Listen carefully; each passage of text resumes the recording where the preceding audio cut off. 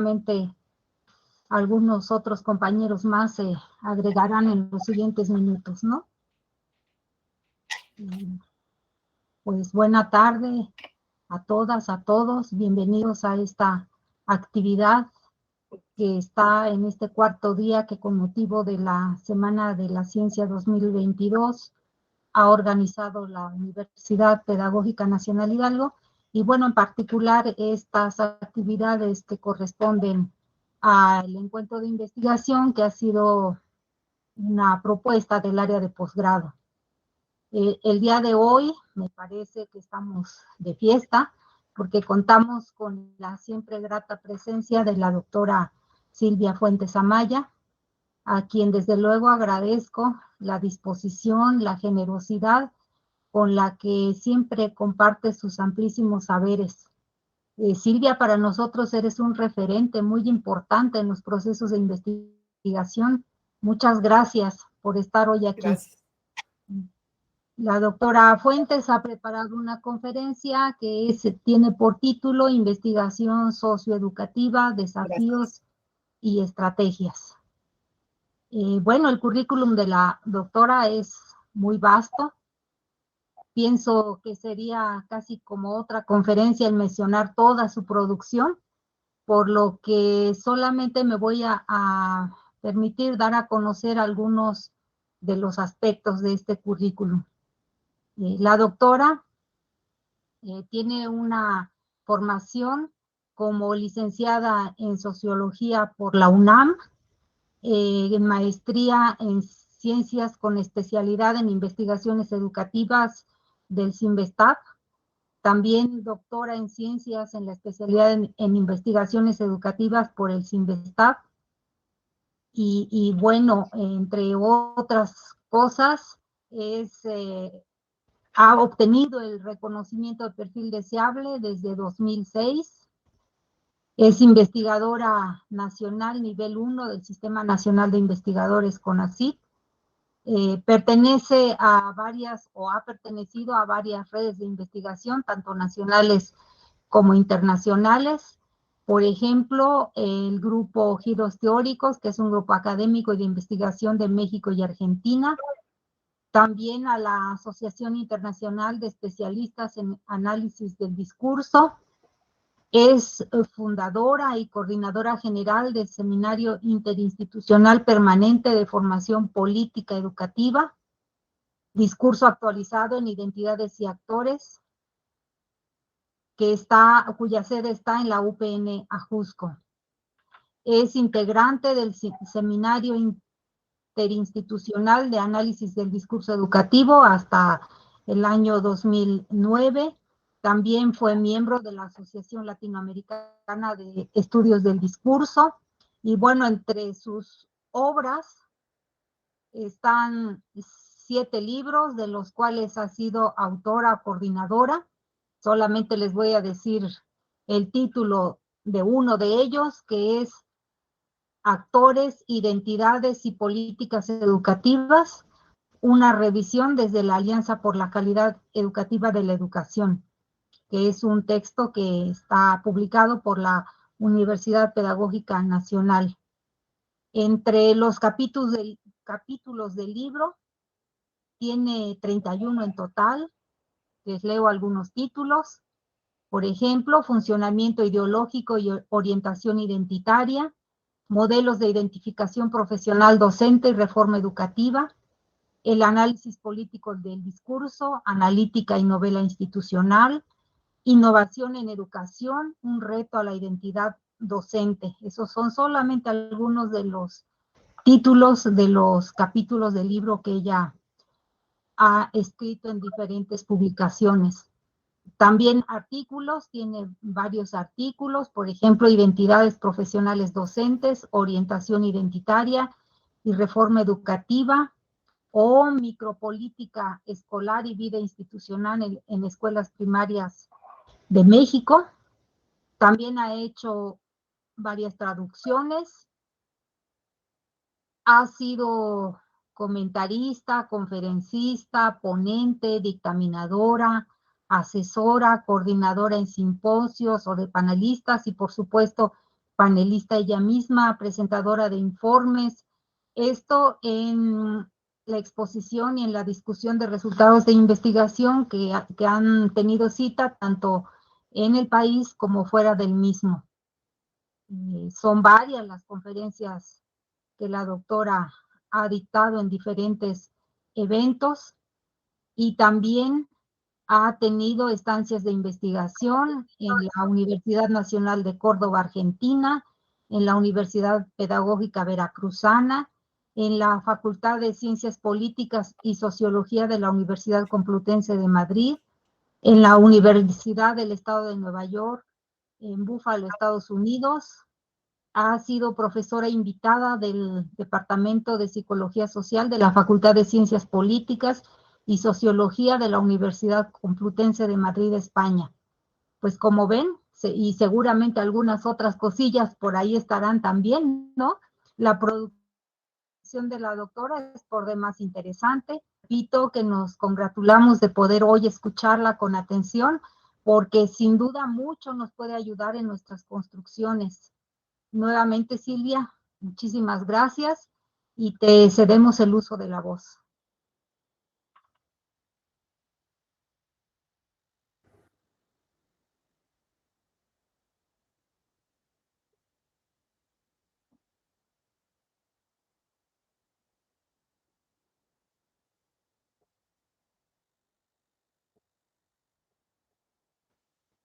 ¿Se nos fue Silvia? Creo que salió. Creo que se perdió la conexión. Se perdió. Se está restableciendo. ¿Sí me escuchan? Ahí ya te escuchamos, Silvia. Ah, ok, sí. Sí, de pronto se perdió la conexión. Bueno, pues para mí es un gusto volver a estar en intercambio académico con la UPN Hidalgo. Mi agradecimiento por la gentil invitación a las doctoras Marisol Vite Vargas, directora de la UPN Hidalgo, y Alma Elizabeth Vite Vargas, coordinadora de posgrado. Envié mi presentación, no sé si es posible que la pasen o la subo ahorita. Listo. Como ustedes me digan. Ya se ve. Ahí está ya, Silvia. Ah, voilà.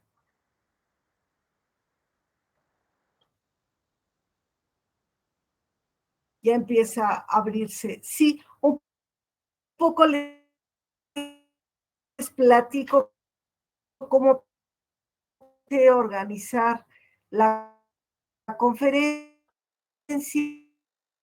Una primera parte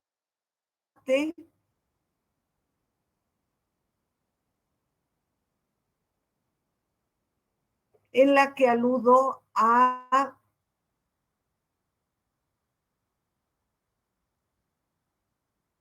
podríamos decir la complejidad de la investigación educativa, el desafío, digamos, de investigar. Silvia, perdón la interrupción, te escuchamos entrecortado. El reconocimiento de 4 niveles. Abriremos una sección de preguntas-respuestas y posteriormente tendríamos una segunda parte ya más focalizada, podríamos decir, en lo que sería la dimensión propiamente operativa de la investigación, un poco el estado del arte o de la cuestión y el ámbito metodológico, que es una cuestión que entiendo está. Asimismo, dado, sí. ¡Ay, qué barbaridad! A ver, me acerco más, voy, escucha más. ¿Cómo se escucha ahora? ¿Con mi cámara? ¿Se escuche mejor? Sí, ya te escuchamos mejor. ¿Se escucha mejor? Sí. Ok. Bueno, ustedes me interrumpen si se deja de escuchar. No sé si se pudo registrar la idea que estaría la conferencia en 2 partes. Una primera parte que alude a la complejidad de la construcción del objeto de estudio, digamos, en la investigación educativa. Luego hacemos un corte para preguntas y respuestas, un segundo bloque ya dirigido a la parte más operativa de la investigación educativa, vinculada a la pregunta central de investigación y al estado del arte, así como aspectos metodológicos. ¿Sí? Bueno, dicho esto, al final cerramos y nuevamente podemos poner otra sección, abrimos otro momento de preguntas-respuestas. Bueno, voy a abrir mi cámara y si hay dificultades de escucha, nuevamente la cierro, porque leí un comentario que hizo aquí una compañera. Bueno, sin más, doy inicio entonces a la conferencia. Entiendo que ahora me escuchan bien. Sí, ¿Sí me ahí te escuchan escuchamos bien? perfectamente, perfectamente. Ah, de acuerdo. Bueno, entonces la siguiente, por favor. Un primer elemento que me interesa situar es de qué modelo de cientificidad subyace la investigación educativa. Hay dos grandes tradiciones, una de las ciencias de la naturaleza y otra de las llamadas ciencias del espíritu, que suponen dos modos diferentes de abordar la investigación, dos modos diferentes de construir el conocimiento científico. Del de las ciencias de la naturaleza ha sido hegemónico a lo largo del tiempo, ha tenido una incidencia muy importante y bueno, tiene consideraciones como concebir a la realidad como una exterioridad con respecto al sujeto investigador, como la posibilidad de ubicar leyes que indiquen el comportamiento de los fenómenos que se replican y que es posible cuantificar, y en ese mismo orden de ideas es posible predecir su comportamiento. Y del otro lado, el modelo de cientificidad de ciencias del espíritu tiene que ver con lo que sería el basamento, la problematización en torno a lo que sería la subjetividad, el ser humano, la reivindicación desde principios del siglo XIX de Wilhelm Dilthey, cómo decir, bueno, necesitamos desarrollar una aproximación científica para los asuntos de los humanos que sea diferente, que recupere esta dimensión subjetiva, emocional, afectiva, y por lo tanto nos propone las ciencias del espíritu. Las ciencias del espíritu suponen un modelo de cientificidad que, a diferencia que el de las ciencias naturales o el modelo, digamos, empirista analítico, va a proponer la elaboración de significados y sentidos como elementos centrales a aprender y como elementos básicos de la problematización. Claro, esto vinculado a un encuadre histórico de la subjetividad. Y podemos decir que de las ciencias del espíritu constituye el basamento ontoepistemológico que sustenta la idea de una ciencia social. La siguiente, por favor. En ese orden de ideas encontramos tres paradigmas de ciencia social ya instalados en el modelo en esta distinción de los modelos de cientificidad y la idea de ciencia social, les decía yo, enclavado en el modelo de las ciencias del espíritu. Básicamente tres terrenos, tres formas de entender y hacer la investigación. Desde el paradigma positivista o empírico-analítico, también ahí cabe, por supuesto, el pospositivista, ¿sí? Otro paradigma, el crítico dialéctico marxista, y un tercer paradigma que es el que ha ganado mucho más terreno hoy en día, el interpretativo o hermenéutico. Esas flechas que apuntan a la dupla sujeto-objeto tratan de plantear que hay una relación diferencial dependiendo del paradigma del que estemos trabajando. Si hablamos del positivista o empírico analítico o pospositivista o neopositivista, tiene muchos nombres, ha sido hegemónico, bueno, tenemos una relación del sujeto-objeto de exterioridad, como si el sujeto no se contaminara o no tuviera incidencia con respecto al objeto y viceversa. Asimismo, hay una concepción de la realidad como transparente e inmediata, de tal suerte que si estamos armados con los dispositivos teóricos y metodológicos necesarios, produciríamos conocimientos acerca de la realidad.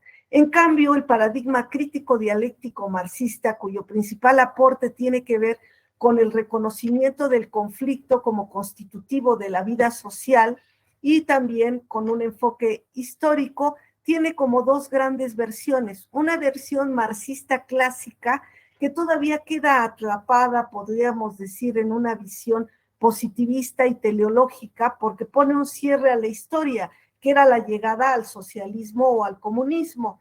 Y en ese sentido, aunque manejaba una dialéctica para entender la historia, sin embargo, al poner un cierre a esta, ello suponía una visión finalmente ahistórica, es decir, solo se trataba de la toma de conciencia de la clase trabajadora y había múltiples eventos que detenían esa toma de conciencia, pero una vez que la tomara se llegaría al fin de, digamos, la lucha de clases, quedaría terminada como posibilidad emancipatoria de esa clase trabajadora y llegaríamos a un Estado socialista.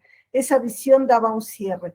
En visiones post-marxistas, mucho más, digamos, adelantadas en el sentido de una discusión que rebase ese cierre de la historia, tenemos ya una consideración, por una parte, de que el sujeto sí va a tener intereses, va a tener un posicionamiento que va a incidir en el objeto. Por otro lado, también desde esas visiones, en ese sentido se concibe como una construcción esa relación sujeto-objeto histórica, sujeta además a elementos contingentes. Desde el paradigma interpretativo hermenéutico, que es el paradigma que, les decía yo, se ha expandido muchísimo en la ciencia social y particularmente en la investigación educativa, pues encontramos muchas vertientes, pero elementos que tienen en común es la recuperación de la subjetividad y los sentidos y significados que elaboramos como parte de la construcción del mundo. La relación sujeto-objeto entonces supone que el propio sujeto investigador forma parte de un mundo de sentido común, tiene una serie, digamos, de perspectivas, de preferencias, un posicionamiento ideológico, en fin, es portador de una subjetividad desde la cual investiga, construye, analiza sobre otras subjetividades. Entonces la relación se vuelve muy compleja, es mutuamente constitutiva y les decía yo, hay múltiples vertientes hoy en día, desde estructuralismos hasta postestructuralismos, pasando por etnografías, es muy amplio el territorio. Pero las consideraciones generales que planteo serían elementos ejes o nodales de este paradigma. La siguiente, por favor. Aquí algunas puntualizaciones respecto al paradigma empírico-analítico. Nos regresamos al primero, ¿no? Un poco lo que decía yo, que concibe la relación entre realidad y sujeto de manera, aquí no alcanzo a leer, pero es de una manera inmediata y directa, decía yo, transparente. Es una concepción de realidad que permite un vínculo directo según este paradigma. Lo mismo, otras consideraciones tiene que ver con la neutralidad, posible neutralidad valorativa del sujeto investigador. Hoy en día sabemos que no hay tal neutralidad absoluta, estamos contaminados y tenemos un posicionamiento de todo orden, desde la institución donde trabajamos o donde estudiamos, con marcos éticos políticos que dicen qué objetos de estudio son válidos y cuáles no, etcétera, etcétera. Descansa en la observación y cuantificación, ¿sí? Apunta por o apuesta por el establecimiento de leyes generales predictivas y en ese sentido supone que los fenómenos tienen cierto comportamiento repetitivo y privilegia el método hipotético deductivo y diría yo en general la deducción. Esta idea de partir de hipótesis que se derivan de cuerpos teóricos, los cuales, a partir de los cuales se arman estrategias observacionales y a partir de ellos se comprueban o se disprueban las hipótesis o se falsean, como diría Popper. La siguiente, por favor. El paradigma crítico dialéctico, en cambio, supone una relación entre sujeto investigador y realidad social como mutuamente constitutiva, es decir, de carácter dialéctico. Propone una visión crítica de la realidad, reconoce las relaciones de poder y el conflicto. Esto lo había yo dicho, es un elemento claramente definidor de este paradigma. En su visión ortodoxa todavía propone una distinción entre ideología y ciencia, pero ya en visiones postmarxistas involucra la imposibilidad de tal separación. Es decir, nosotros, sujetos investigadores, portamos creencias, normas, ideología, preferencias y hacemos nuestro trabajo en contextos institucionales que tienen ciertas características que nos atraviesan. Entonces es una imposibilidad esto de dejarlo. Lo que se puede hacer y a manera de vigilancia epistemológica se precisa desde dónde estamos construyendo, desde dónde estamos leyendo los procesos que queremos problematizar. La siguiente, por favor. En ese orden de ideas pasamos al paradigma hermenéutico, que les digo que tiene una presencia ahora, me atrevería a decir que hegemónica en la investigación socioeducativa. Y bueno, como mencionaba previamente, la subjetividad inserta en una red de relaciones sociales es central, es protagónica. Los sujetos son considerados entonces como constructores simbólico-imaginarios, ¿no? Nosotros constantemente elaboramos representaciones de orden simbólico y de orden imaginario. Por lo tanto, estamos en un mundo social dotado de sentido. La siguiente, por favor.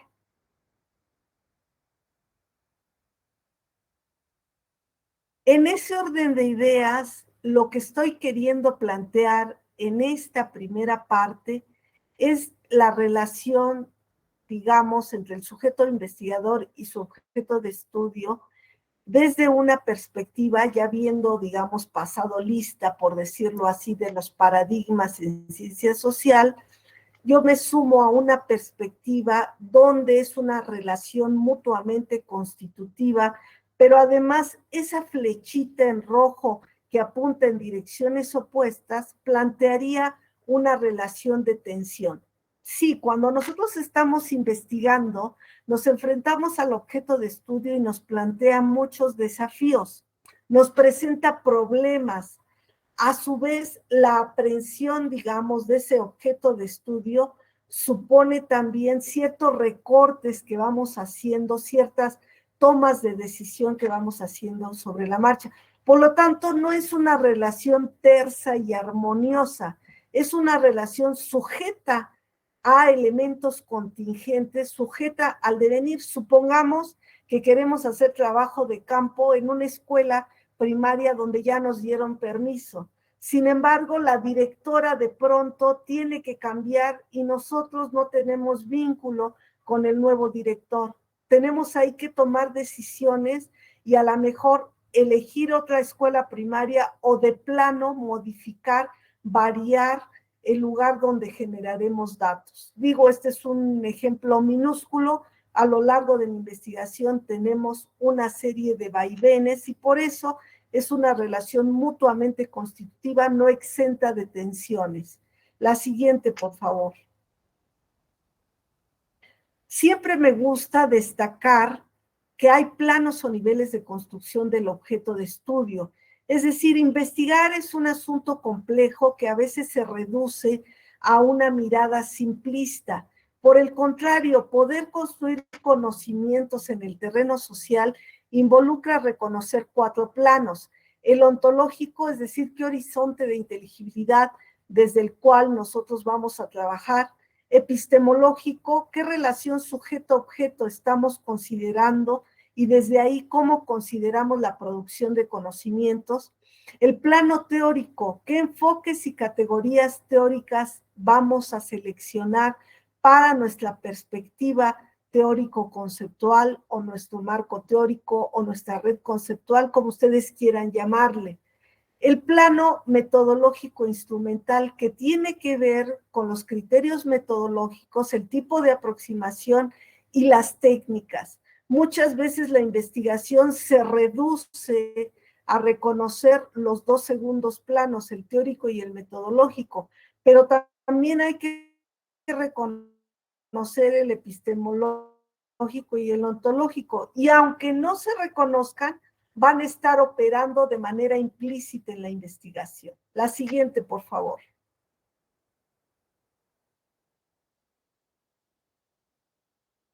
La siguiente creo que tiene que ver con el reconocimiento de que nosotros estamos en un primer nivel de sentido común como habitantes del mundo, y aquí estoy pensando desde un sociólogo fenomenológico que se llama Alfred Schutz, o se llamaba, pues, que tiene una obra muy importante y que seguramente muchos de ustedes la conocen, que tiene que ver con el reconocimiento de un mundo de sentido común donde habitamos, ¿no?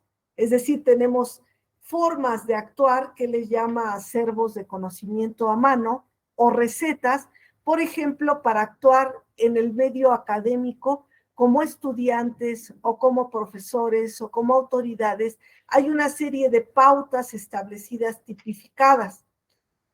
Nosotros pertenecemos a ese mundo, pero al ser investigadores o al pretender hacer investigación, lo que tenemos,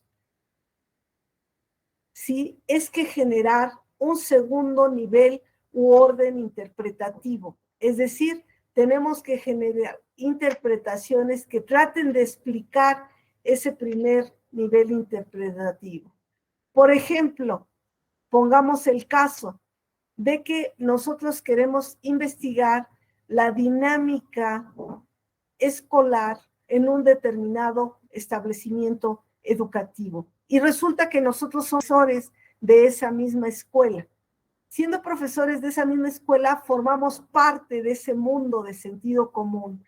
Es decir, nosotros conocemos las dinámicas locales, sabemos qué grupos hay y quién se lleva bien con quién y quiénes están peleados, por decir algo. Pero me quiero poner en el papel de investigadora. Y entonces tengo que establecer un distanciamiento, que en términos de investigación llamamos, ¿no?, vigilancia epistemológica. ¿Cómo hacemos eso? Finalmente no renunciamos a nuestra, digamos, historia e identidad docente en el plantel, pero sí podemos generar recursos de distanciamiento que tienen que ver con explicitar el lugar que ocupamos, los vínculos que tenemos, y en los datos podemos generar ciertas estrategias de triangulación sobre lo que voy a abordar en la siguiente parte, ya que se pudo cambiar la diapositiva para sintetizar lo que veníamos viendo. Digamos que la posición autoepistémica tiene que ver con una determinada concepción ontológica del ser, del mundo, una perspectiva de la relación sujeto-investigador, objeto de estudio, y las posibilidades de producción de conocimientos. Es decir, si estamos posicionados en el paradigma empírico-analítico o positivista o neopositivista, nuestra visión ontológica del mundo es concebir la realidad como una relación transparente e inmediata. En el plano de la relación del sujeto investigador con el objeto de estudio, por lo tanto, poder tener una posición de exterioridad con respecto al objeto, como si el sujeto investigador no contaminara o no fuera contaminado a su vez por las implicaciones del objeto de estudio. Y por lo tanto, las posibilidades de producción de conocimiento descansan en la observación de hechos. Eso se diría desde el paradigma empírico-analítico. La siguiente, por favor. Ahora, ¿qué tiene que ver o con qué podemos abordar el plano teórico-metodológico e instrumental? Bueno, hay que generar una estrategia teórico-metodológica e instrumental. Y aquí estas figuritas que les puse fue un poco para situar metafóricamente cómo sería la cosa. Dice, del mundo empírico a la construcción de un referente empírico. Entonces estamos considerando que mundo empírico no es lo mismo que referente empírico. El referente empírico ya implica una construcción de objeto de estudio.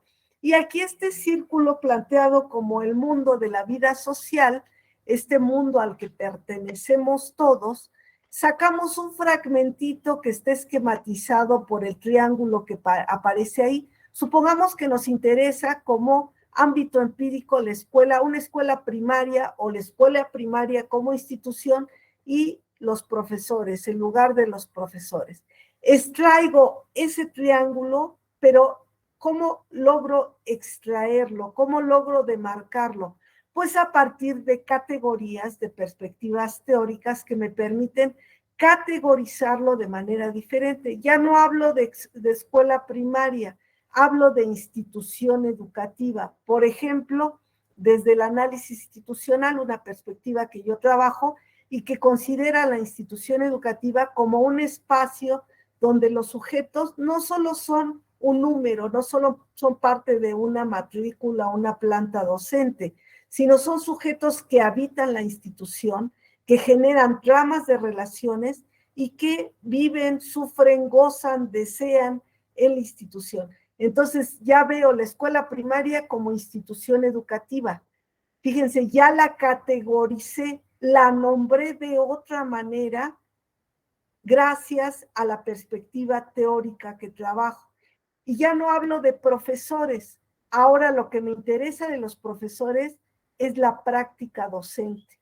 Otra categoría que me permite entonces construir mi ámbito empírico como referente empírico. Entonces, si se dan cuenta, en un lado está el ámbito empírico, digamos, desnudo, como lo conocemos en el mundo de sentido común, y del otro lado ya se ha convertido en un referente empírico porque lo hemos categorizado gracias a ciertas perspectivas teórico-conceptuales.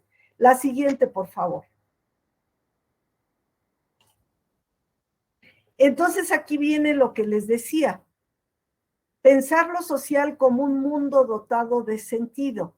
Habitamos un mundo de sentido común o mundo natural. Les decía yo eso hace rato, pensando desde Alfred Schutz, sostenido desde una interpretación básica del mundo de vida, un primer nivel interpretativo. Por ejemplo, en la institución educativa, todos conocemos nuestro papel de ser estudiante o ser profesor. Está pautado y ni nos lo preguntamos cuando entramos a la institución, incorporamos todo ese conocimiento, es parte del sentido común en la institución educativa. Todos sabemos qué tipo de interacciones vamos a sostener entre profesores y estudiantes. Tenemos una serie de creencias, valores, etcétera. Ahora, el investigador en ciencia social pretende construir un segundo nivel interpretativo que retoma el primero, pero que constituye un intento de construirlo como objeto de estudio. ¿Sí se entiende?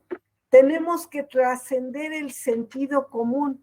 Para eso vamos a usar las teorías y los conceptos a manera de lentes o herramientas que nos permitan problematizar un escenario de la vida de sentido común, pero sobre el cual nosotros construimos otro nivel interpretativo.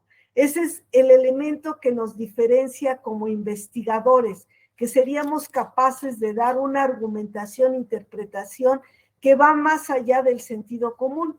Cuando solamente estamos armando relatos de sentido común, aunque el sentido común es un conocimiento muy importante, sin embargo, esos relatos también me lo puede hacer la señora que vende las tortillas o el señor que vende los periódicos. Me puede narrar, ocurrió esto y lo otro. La diferencia se supone con nosotros que tenemos una formación es usar las categorías y las teorías como herramientas para ver ese mismo asunto desde otros ángulos, desde otros intereses y otras preguntas.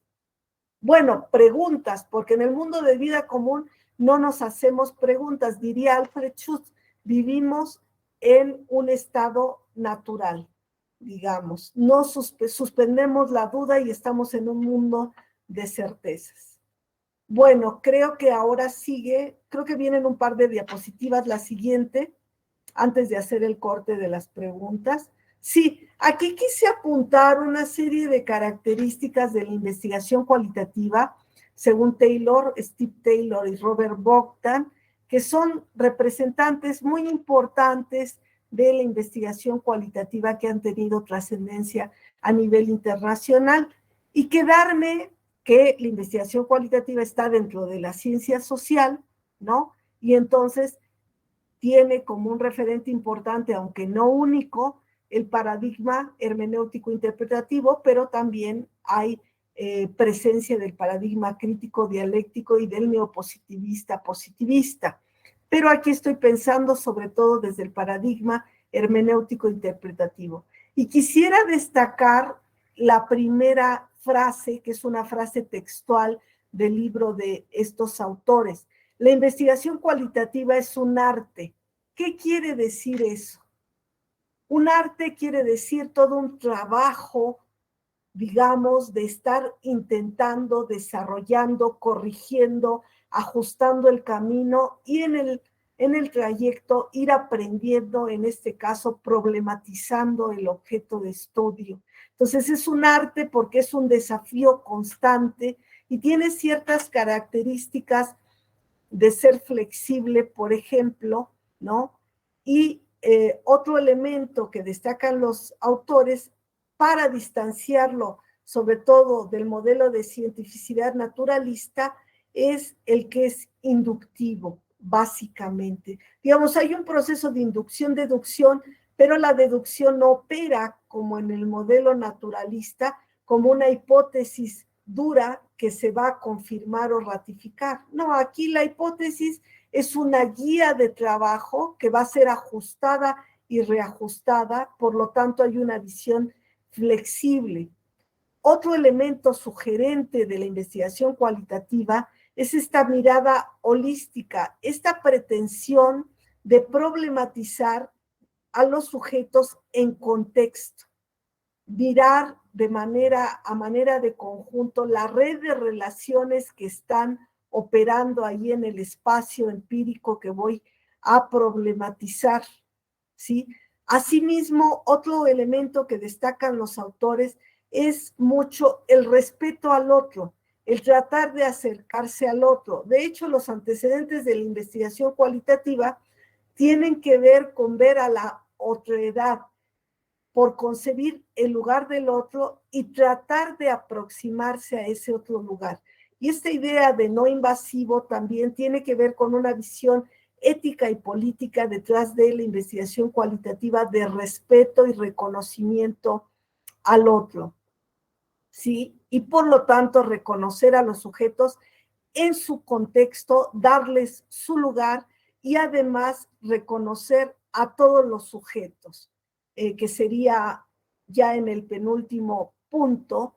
Por una parte previa, dice la suspensión de los prejuicios, digamos, el tratar de acercarse al ámbito empírico, que se vuelve difícil cuando pertenecemos al mismo ámbito empírico, como decía yo hace rato. Si somos docentes, trabajamos en la escuela que vamos a investigar, pues es difícil acercarnos de manera no prejuiciosa porque ya tenemos toda una historia. Entonces, ¿cómo hacemos? Hacemos triangulación. Tenemos que apoyarnos en referentes documentales, en otros informantes, etcétera, para poder sostener nuestra mirada.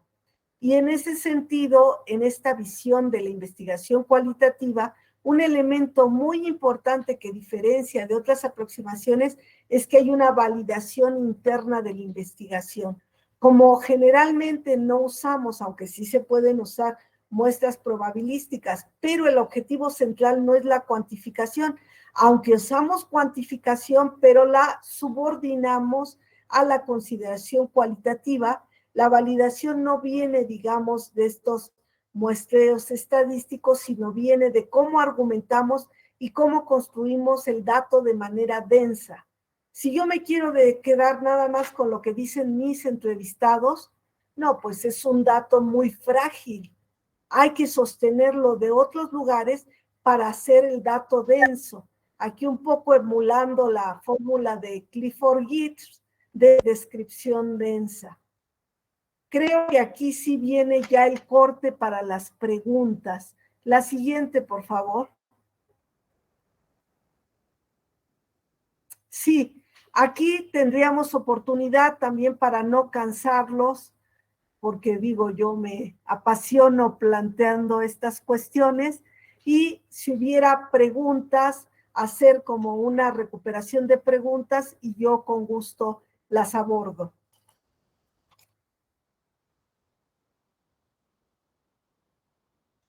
Muy bien, pues tenemos como varias posibilidades para plantear las preguntas. Me parece que este amplio panorama de, digamos, genérico de lo que es la investigación, pues nos ayuda a repensar nuestros procesos, ¿no? Entonces pueden hacer sus preguntas así de manera directa, mediante la voz, pueden también escribir en el chat, o también quienes estén siguiendo la transmisión vía Facebook, si quieren plantear alguna pregunta, yo le pediría por favor a Wendy si nos ayuda con la lectura de esos comentarios o preguntas que era en el Facebook.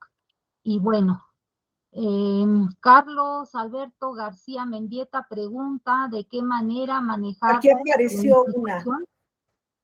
¿Sí? Bien, pues de una vez me voy con esa, o no sé si hubiera otra.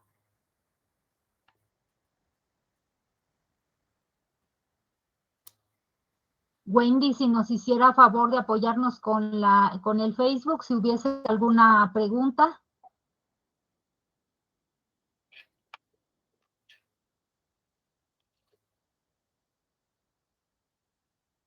No tiene audio, Wendy, pero sí nos podría escribir en todo caso por el chat si es que hubiese alguna pregunta.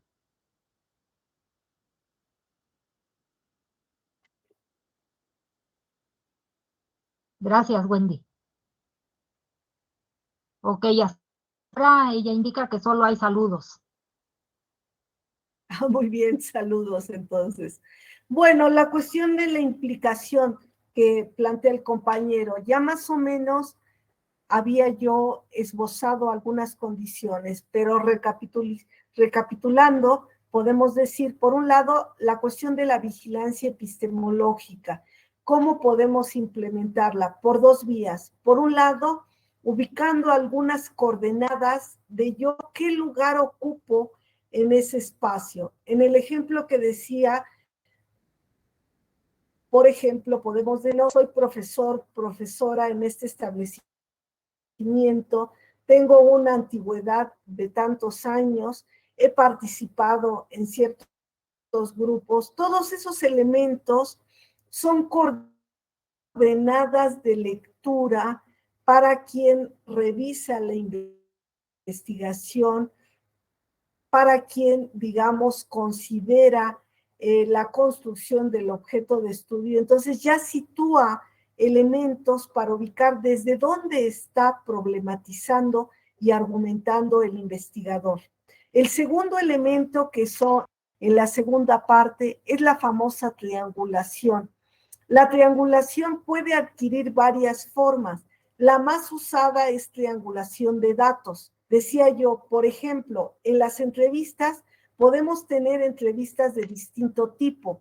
Supongamos que clasificamos a nuestros estudiantes como, o más bien que nuestros estudiantes, nuestros sujetos, objeto de estudio, porque pueden ser estudiantes, pueden ser profesores, autoridades, comunidad, etcétera, pero los clasificamos algunos como informantes especiales por la antigüedad, digamos, que tengan con el espacio, por el papel de liderazgo que puedan tener, ya sea en el establecimiento educativo o fuera de él.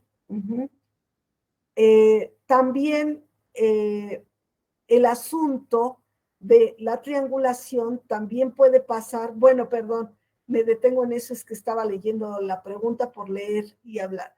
En ese sentido puede haber informantes especiales, los informantes en general, y también se puede hacer, por ejemplo, registros de observación. También está el recurso del grupo focal.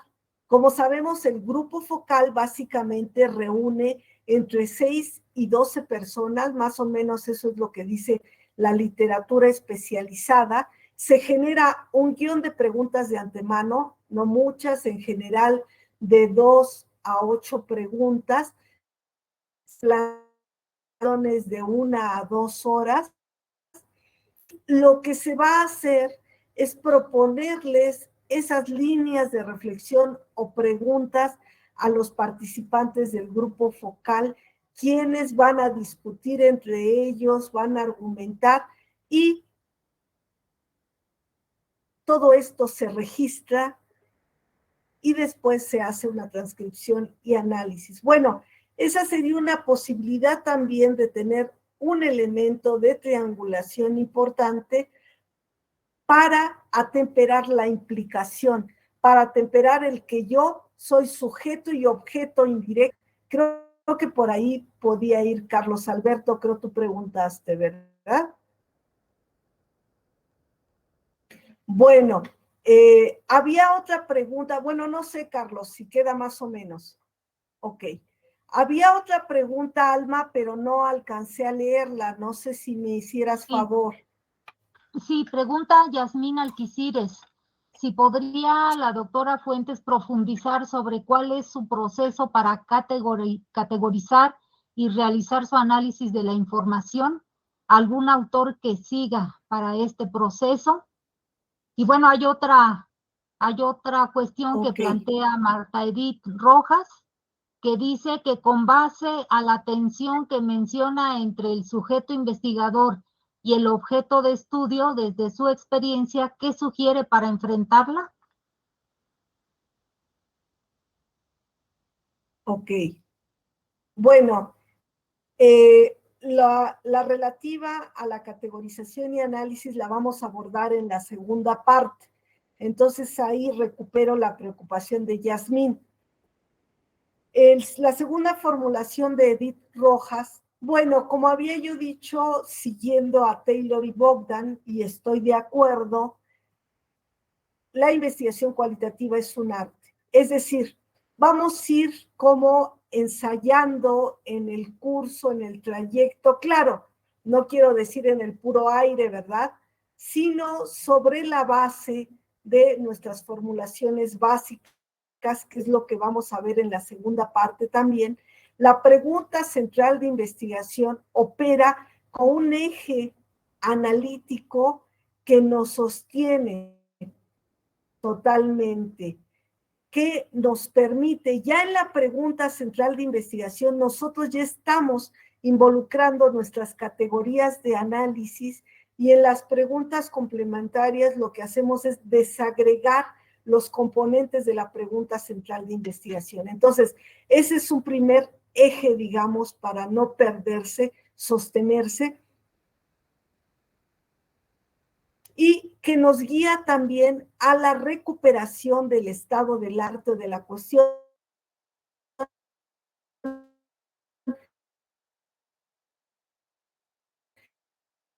frente al mar de información, cómo seleccionamos, cómo vamos a sostenernos en nuestra búsqueda, en nuestro trabajo problematizador, posteriormente generar los datos, después sistematizarlos, categorizarlos en analítica. Entonces, ya me adelanté un poco, Edith, pero tiene que ver con esto. En el camino, por supuesto que vamos a tener problemas, por eso el título de la conferencia, ¿no? Hay un desafío, ¿no? Es una construcción y hay una serie de desafíos que vamos a ir resolviendo a partir de la literatura especializada y de la guía de nuestros asesores en un diálogo constante.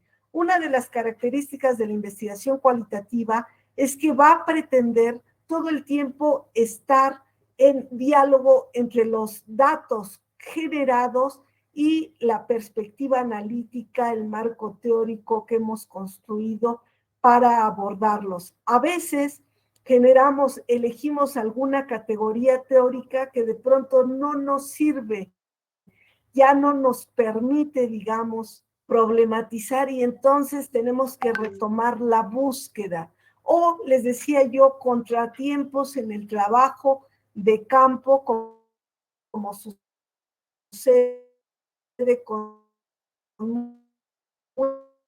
múltiples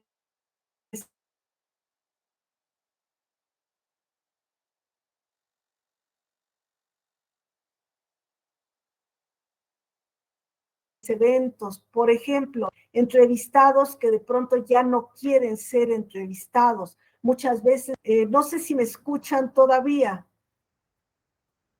Alma, no sé si me escuchan. Sí, se perdió un momento, pero ya estamos escuchando bien. Ah, ok. Perfecto, perfecto. Entonces, ahora en la segunda parte me voy a detener con más cuidado en esta desagregación de la problematización primero, categorización y después más o menos integración analítica. A Maribel pregunta, bueno, si me ayudas, Alma, había una pregunta antes. Sí, pregunta vía Facebook Alejandra G. ¿Qué papel juega lo axiológico en la investigación? Y Maribel Martínez Osorio pregunta, ¿qué sugiere para manejar la cuestión ontológica y epistémica para la problematización y construir la pregunta central, sabiendo de antemano que es un proceso de construcción y reconstrucción? Esas son las dos cuestiones que hay planteadas. Ok. Gracias, Alma. En cuanto a lo que pregunta Alejandra, por supuesto que la dimensión axiológica está presente, combinada, diría yo, un enfoque más de carácter ético, pero político también. Digamos que el investigador tiene posicionamientos de carácter ideológico y político, por supuesto, de ciertas definiciones. Quizá en fórmulas o perspectivas como la investigación participante, la investigación-acción, sea más visible. Sin embargo, en todo tipo de investigación está jugando, porque el investigador tiene ciertas perspectivas que de manera tácita o de manera explícita moviliza en su proceso investigador, por ejemplo, para dar la palabra a ciertos sujetos y para no considerar otros. Este es un rasgo que también reivindican Taylor y Bogdan de la investigación cualitativa, que muchas veces esta se ocupa de sujetos periféricos, sujetos excluidos. Por ejemplo, identidades como los prestadores o prestadoras de servicios sexuales, por ejemplo, como una población más bien excluida, sí podría ser un ejemplo a considerar de estos individuos periféricos. Y Maribel, en lo que preguntas, bueno, pues sobre todo aquí es, para empezar, la lectura, la ubicación de textos que con claridad sitúen, digamos que tanto los paradigmas como las consideraciones ontoepistémicas derivadas de estas. Para empezar, hay que leer literatura especializada, ¿sí? Al respecto, por ejemplo, hay un autor que se apellida Bello, ahorita no me acuerdo el nombre, pero su apellido es Bello, que trabaja sobre toda esta discusión paradigmática. Voy a revisar y le puedo mandar los datos a Alma para que después los comparta. Hay un par de textos míos que también puedo referir. Entonces, lo inicial es la lectura, una lectura detenida, cuidadosa, para ubicar la dimensión ontológica que poco se trabaja y que va vinculada a lo epistémico, se puede manejar de manera conjunta y quizá solo podemos distinguir dos grandes territorios. Una visión esencialista que cree la producción de verdades claras y totales, que cree, digamos, en ideas o categorías absolutas versus o en contra de una visión hacia el antiesencialismo, como yo le he llamado, donde, bueno, las categorías y los principios ordenadores operan en contextos histórico-discursivos específicos que lo que producen o a lo que orientan, digamos, no es al desarrollo de verdades totales y absolutas, sino verdades temporales, parciales, que sí permiten argumentar, explicar, interpretar, pero que están sujetas, ¿sí?, a una posibilidad de rectificación, de revisión, y que modificando además el contexto histórico de producción generarán o alumbrarán otros ángulos. Pongamos como ejemplo dos investigadores que investigan el mismo objeto de estudio, pero desde paradigmas diferentes.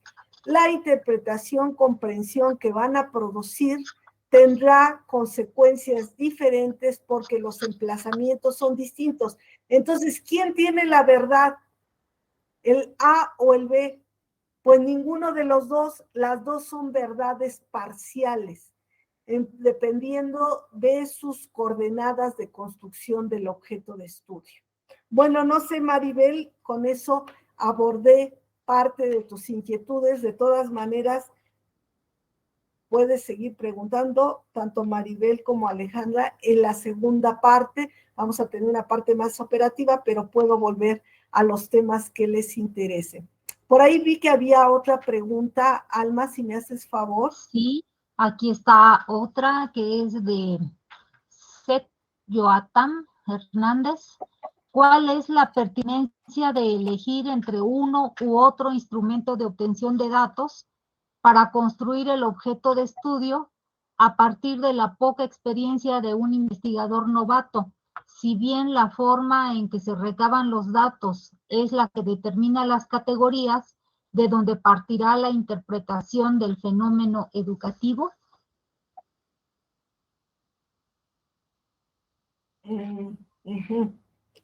Bueno, ahí preferiría que nos vayamos a la segunda parte para abordar esta pregunta y la que quedó por ahí pendiente, si no hubiera otra de otro orden. No, ya no hay, ya no tenemos más preguntas. Hasta ahí terminan, ¿sí? Muy bien, entonces por favor pasemos a la segunda parte. La siguiente, por favor. Ok, les decía yo, para este asunto de problematizar, las preguntas de investigación son centrales. Son el eje justo problematizador que me va a dar orientación para el desarrollo de mi objeto de estudio.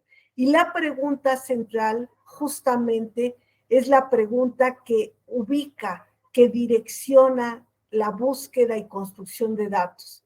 También tenemos preguntas complementarias. Las preguntas complementarias lo que hacen es retomar partes de la pregunta central de investigación y darles un estatuto particular.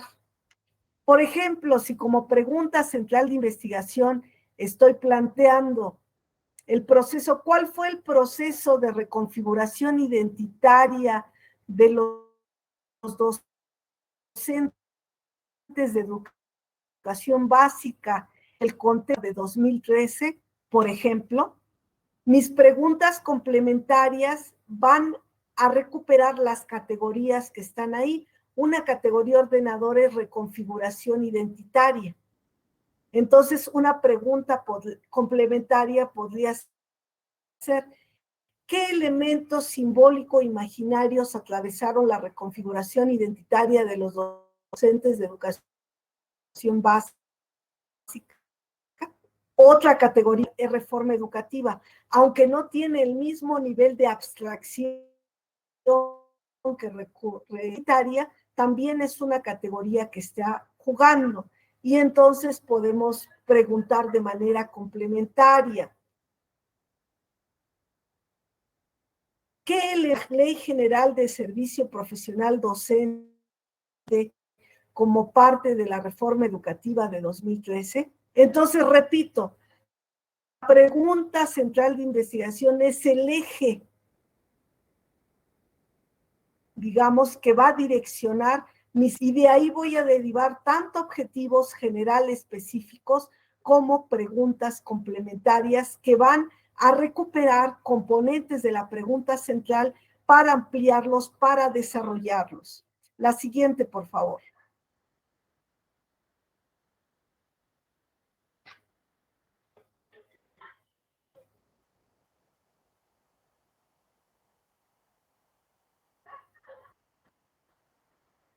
La siguiente diapositiva, por favor. Ok, la pregunta central de investigación incluye el qué, dónde, cuándo y quiénes. La pregunta tiene que comprender todas esas coordenadas espacio-temporales y subjetivas. ¿Qué, dónde, cuándo y quiénes? La siguiente, por favor. Ahora me detengo en cada punto. ¿Qué asunto, proceso, dinámica? Y aquí es, ¿cuál es el tema, el campo temático y cuál es el problema? Que son dos terrenos distintos. El tema puede ser, en el ejemplo que ponía yo hace rato, las políticas de reforma educativa en México en el periodo 2012-2018, por ejemplo. Apenas es un tema y no hay ningún problema. El problema es el que convocaba yo con la pregunta de investigación, ¿no? ¿Qué procesos de reconfiguración identitaria se verificaron en profesores de educación básica, escuela tal, en el periodo 2013-2015, por ejemplo? La siguiente, por favor. ¿Dónde? ¿De qué lugar estamos hablando? ¿Qué institución, qué región, qué zona? Es decir, coordenadas espaciales deben de venir contenida en la pregunta central de investigación. La siguiente, por favor. ¿Cuándo? ¿Qué año, qué meses, qué semestre, qué periodo?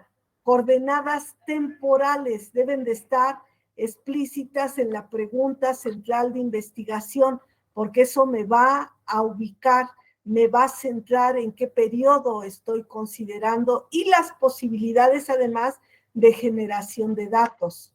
La siguiente, por favor. ¿Quiénes?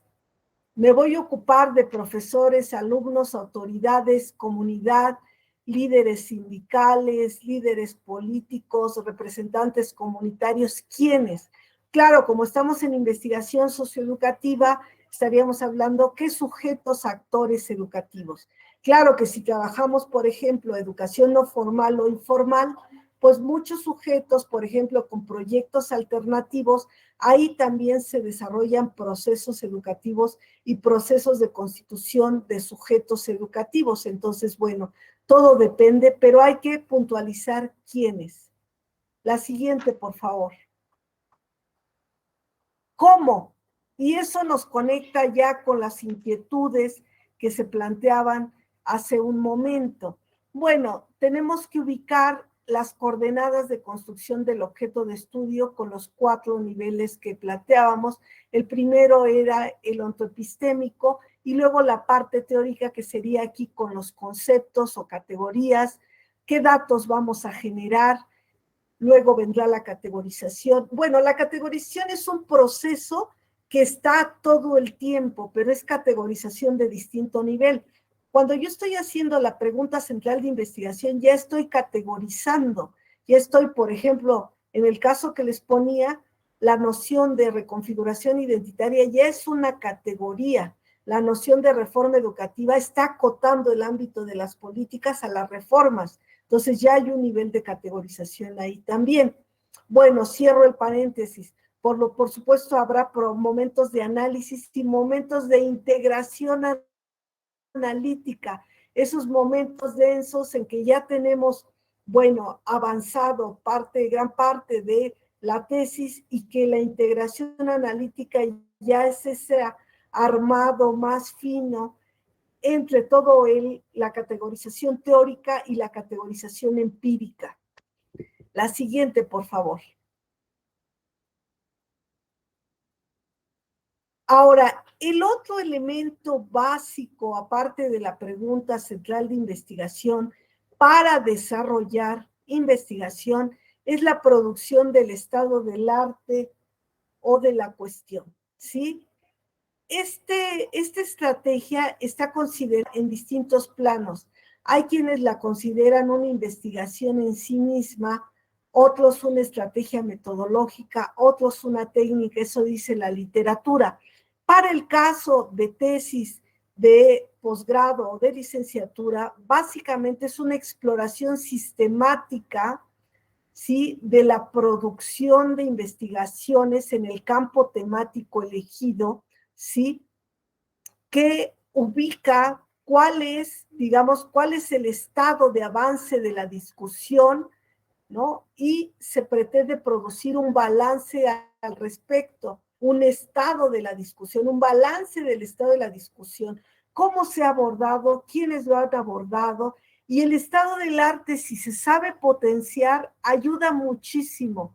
Cuando revisamos, por ejemplo, artículos de investigación o capítulos de libro, bueno, exploremos cómo le hizo ese autor, qué perspectiva teórica conceptual recuperó, qué metodología siguió, qué estrategias técnicas. Yo les hago hacer a mis alumnos un ejercicio, un formato que va desde la referencia, la ubicación de la perspectiva teórica, la metodológica, la instrumental, y al final una columna, o bueno, si lo hacen a manera de cuadro, pero igual lo pueden hacer como listado, donde digo, ¿para qué te sirve este texto? ¿Qué vas a recuperar de este texto? ¿Sí? En ese sentido, el estado del arte de la cuestión puede ayudar tanto para extraer la perspectiva teórica, las categorías, como para saber en la aproximación metodológica, pues qué aproximaciones metodológicas se han desarrollado para abordar ese objeto de estudio. ¿Qué técnicas utilizó ese autor o autores o autoras? ¿A qué resultados llegó? Recuerden que ustedes pueden utilizar, y de hecho siempre utilizamos, resultados de investigación, datos indirectos. Siempre y cuando citemos la fuente correctamente, no hay ningún problema. De hecho, de eso se trata. También para densificar el dato, llegamos nosotros hacia esos resultados y conectamos. Qué sé yo, en Castillo 2015 también se plantea esto y lo otro, ¿no? Dialogamos. Entonces, el estado del arte es muy importante que se haga de manera sistemática y que se sepa explotar adecuadamente.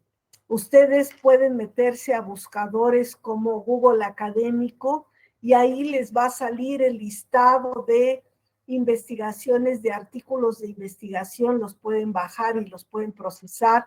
Ya hoy la política en general es de acceso abierto.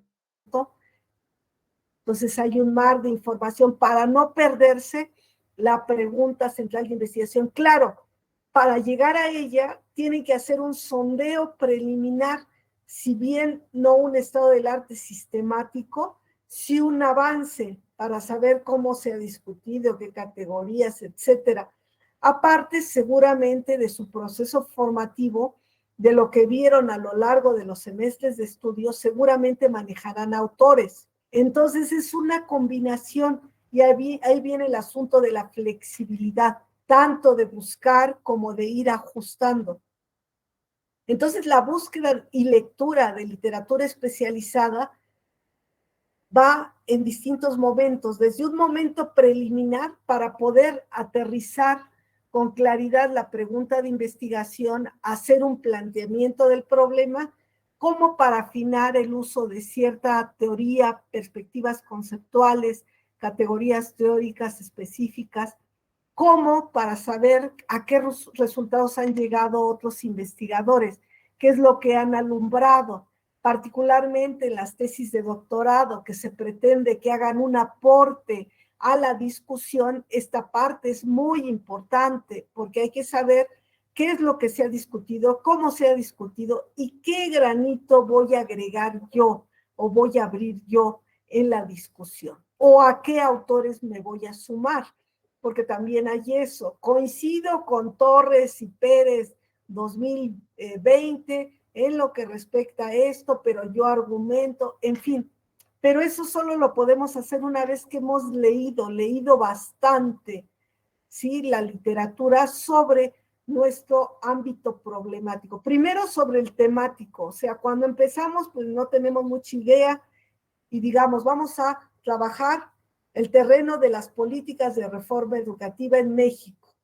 Ok, bueno, entonces busco las principales reformas, encuentro que un parteaguas fundamental fue en 1992, de ahí ubico las principales reformas y ya después en cuál me voy a detener. Y después empiezo a explorar a lo mejor autores que analizan las reformas educativas en México, que sí, por ejemplo, Carlos Ornelas, por ejemplo, Aurelio Núñez, por ejemplo, Arnaut, por decir algo, y así, ¿no?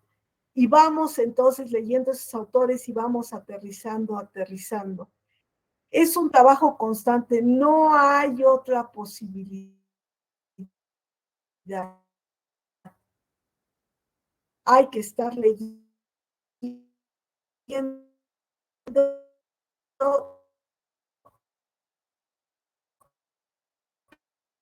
pero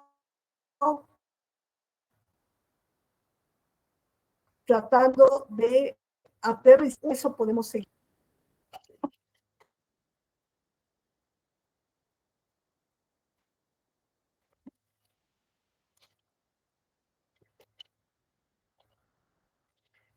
La siguiente. Ok. Un poco para sintetizar esto que he venido diciendo en esta segunda parte, ¿cómo se considera el objeto de estudio en la ciencia social? Bueno, tiene que estar constituido de un referente teórico.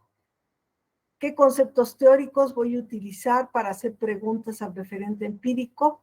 Lo mismo, teoría no es lo mismo que referente teórico. El referente teórico se nutre de la teoría, pero ya es una selección de lo que me ayuda, de lo que me interesa para problematizar, ¿sí?, el asunto que yo estoy trabajando. No es toda la teoría, sino son categorías y es una visión específica y he hecho una depuración. Referente empírico había comentado algo similar. ¿Desde qué recortes categoriales voy a generar datos del ámbito empírico? ¿Qué datos voy a producir?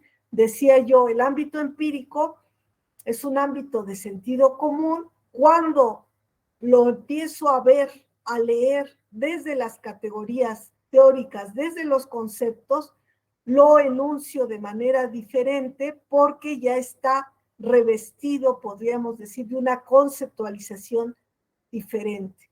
Eso es el referente teórico y el referente empírico.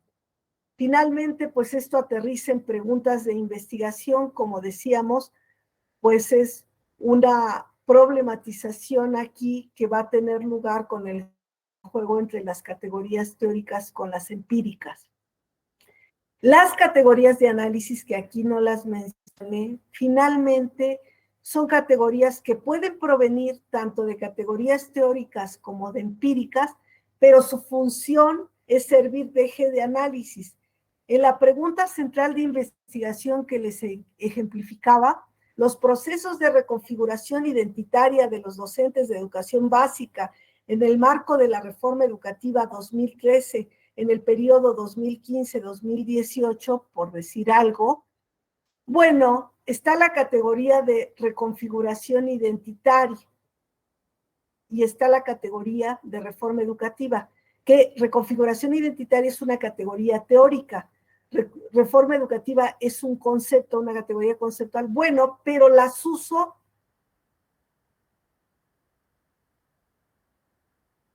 como categorías de análisis ordenadoras. El uso proviene, la categoría teórica proviene pues de la teoría de cuerpos teóricos, la categoría empírica de los datos generados y la categoría de análisis es cómo uso, cuáles de esas categorías, las empíricas y las teóricas, utilizo como ejes de análisis. La siguiente, por favor.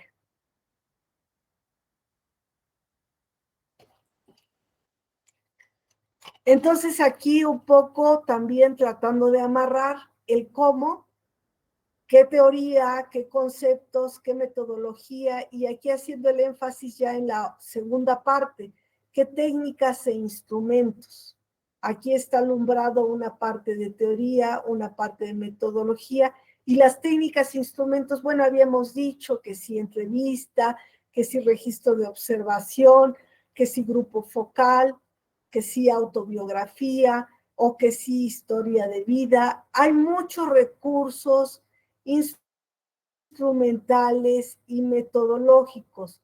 Los metodológicos hay ciertos criterios que pueden quedar dentro de lo cuantitativo o cualitativo, pero recuerden que hoy se usa mucho la investigación mixta. Ya quedó atrás esa vieja discusión de que lo cuantitativo se oponía a lo cualitativo. Hoy sabemos que pueden combinarse perfectamente si estamos en investigación cualitativa, subordinando lo cuantitativo. Es decir, lo cuantitativo nos permite mapear, ubicar, por ejemplo, datos sociodemográficos, edad, sexo, condición laboral, nivel socioeconómico, nivel sociocultural, etcétera.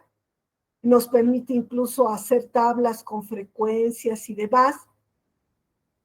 Lo cualitativo apunta a consideraciones justamente de sentido y de significación y que pueden ser rastreadas también en una parte de las entrevistas, por ejemplo, en una entrevista semiestructurada, una parte más cerrada, por ejemplo, si averiguamos el trayecto formativo de esos profesores de educación básica, en dónde estudiaste, egresado de qué normal o de qué escuela egresaste, eres normalista, no eres normalista, etcétera. Y otra parte que abre preguntas abiertas para rescatar más los sentidos, la significación de los sujetos. La siguiente, por favor.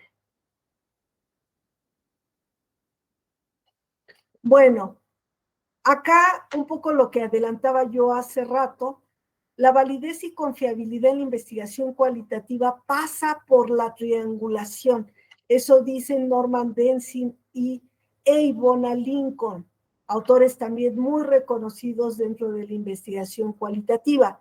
Es decir, nosotros no estamos apuntando a la verificación dura de una hipótesis, a la obtención de una verdad completa y total, ni a la repetición de los fenómenos, ni cuantificación exclusiva de los fenómenos. Lo que estamos apostando es por una validación y confiabilidad interna, que tiene que ver con la triangulación. La más conocida es la triangulación de datos, que les mencioné.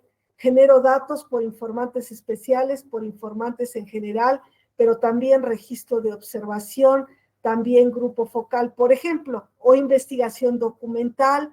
Analizo los decretos, por ejemplo, las leyes, junto con entrevistas semiestructuradas, junto con observación, etcétera, ¿sí? De datos. Pero también se usa de investigadores, cuando varios investigadores participan en una misma investigación, o de teorías, cuando igual se convocan diversas teorías y se cruzan datos. Por supuesto, o de métodos diversos, estrategias diversas, más allá de la investigación mixta. Nosotros nos quedamos básicamente con la triangulación de datos, lo que estamos hablando para tesis de licenciatura y posgrado, pero quise ilustrarlo porque en la literatura aparecen todos esos tipos de triangulación y ya es más para equipos de investigación. Ok, la siguiente, por favor. Entonces, aquí el asunto de la categorización, que como decía yo, empieza desde etapas tempranas, desde la propia formulación de la pregunta central de investigación, y por eso puse aquí de la generación a la construcción de datos, ¿no? Porque una cosa es lo que me responde mi entrevistado, ese es el dato, por decirlo así, desnudo todavía, a cuando ya lo categorizo gracias a la perspectiva teórico-conceptual que traigo conmigo, ¿sí? Y a la mirada metodológica. Y entonces genero datos, pues qué sé yo, a partir del cuestionario, entrevista, observación, historia de vida, autobiografía, investigación documental. Son múltiples recursos, pero luego cuando ya hago mi transcripción de mi entrevista, que por cierto, por ahí les digo que los que van a hacer entrevista o van a hacer observación o van a hacer grupo focal, bueno, hay que hacerlo, programarlo ágilmente porque se lleva mucho tiempo. La transcripción es una talacha bastante fuerte. Y luego viene la categorización, es decir, en el ejemplo que les ponía, por ejemplo, en mis entrevistados, si busco la reconfiguración identitaria, yo voy categorizando en los márgenes de mi transcripción o pueden usar también algunos software como Atlasti, por ejemplo, pero de todas maneras no se salvan de la transcripción o de la captura. Y bueno, yo voy agrupando elementos, yo ya tengo un guión previo que es con el que hice la entrevista, que ya suponía una cierta ordenación. Eso ya es la base de la categorización. ¿Qué momentos considero de la reconfiguración identitaria? Puedo poner, digamos, identificación previa, puedo poner elaboración simbólica, puedo poner elaboración imaginaria, y yo rastreo en las respuestas de mi entrevistado donde creo que hay evidencias con relación a esas categorías. La siguiente, por favor.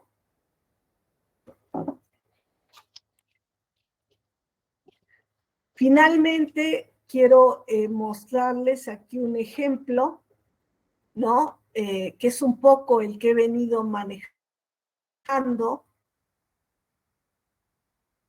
¿Qué quiero investigar? ¿Cuál es el problema? ¿No? El tema dice los cambios en la evaluación docente de profesores de nivel primario en México en el contexto de las reformas educativas contemporáneas. Problema, ¿cuáles fueron las modificaciones a la evaluación de docentes de primaria?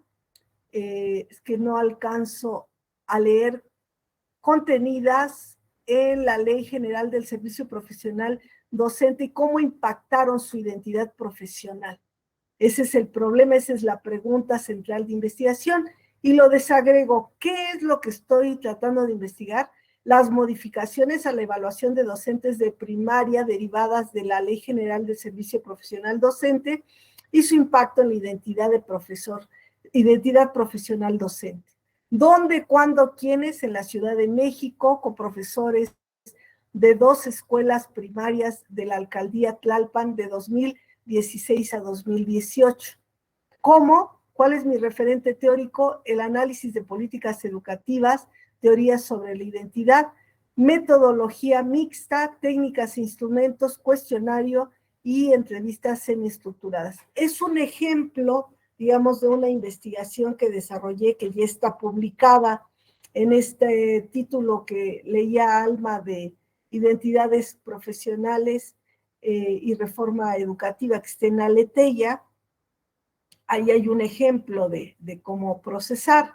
También otro ejemplo puede tomarse de mi libro de doctorado, donde tengo un apartado metodológico donde voy mostrando cómo desarrollé, digamos, la generación de datos y parte del procesamiento. Bueno, con esta lámina cierro y podemos dar paso a otro momento de preguntas. La siguiente, creo que sí estaba bien.